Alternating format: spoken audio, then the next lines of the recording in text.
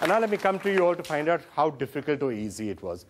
क्या आपको समझ जी, आपने कहा कि ये पहला सुपर हेवी वेट मेडल है भारत के लिए, क्या और मिलेंगे? और अगर आपको लगता है और मिलेंगे तो उसकी वजह क्या है? देखिए, जैसे अब पटियाला में ट्रेनिंग करते हैं, ऐसा ही कंटिन्यू चलता रहा तो हमारे देश के मतलब सुपर हैवी बड़े वेट अच्छा प्रदर्शन कर सकते हैं और गोल्ड मेडल ला सकते हैं। अभी एशियन गेम्स होंगे, उसमें मेरा ही सिलेक्शन है और मैं मतलब और भी ज़्यादा ट्रेनिंग करना चाहता हूँ पटियाला में और अपने देश के लिए एक और गोल्ड लाना चाहता हूँ।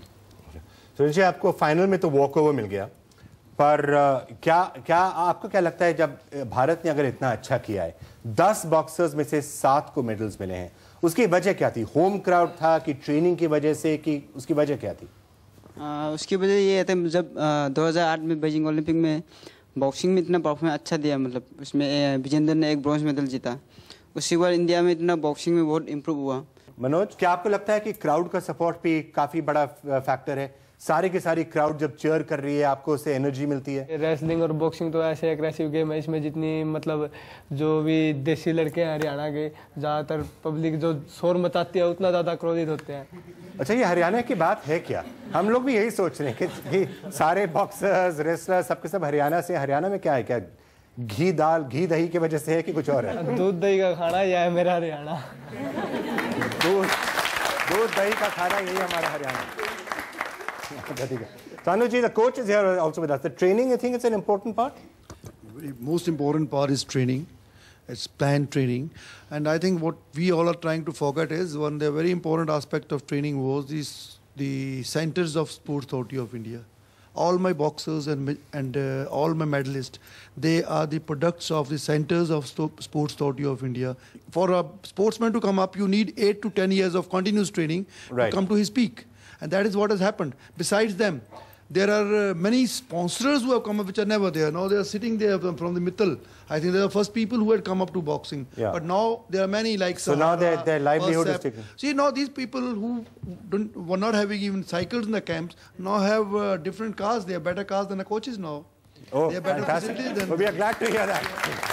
They deserve it. That is because the government incentives and incentives of these people, sponsors who are coming into boxing.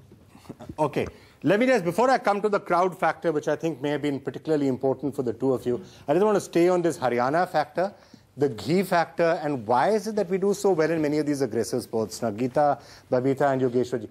Yogesh ji, आपको क्यों लगता है कि भारत कुश्ती में इतना अच्छा क्यों करने लगा है?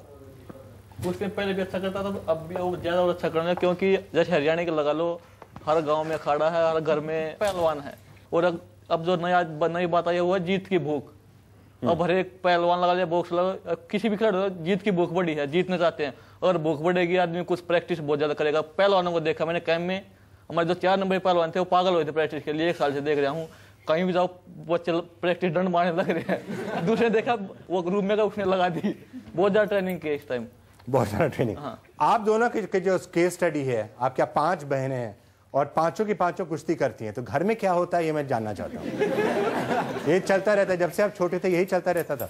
बिल्कुल, हमने 10-12 साल की उम्र में रेसलिंग शुरू की थी, तो घर में मिट्टी के पापा ने घर में ही अखाड़ा खोल दिया मिट्टी में ही, तो उसके बाद चलता रहा प्रैक्टिस का सिलसिला। वो जो छोटे थे उनको भी स्टार्ट बचपन से ही करवा दिया। बबीता, ये कहानी हमें बताइए, जब आप छोटी थी क्या होता था? ये आपको पकड़ के जब आप छोटी थी तब से पीटना उन्होंने शुरू कर दिया?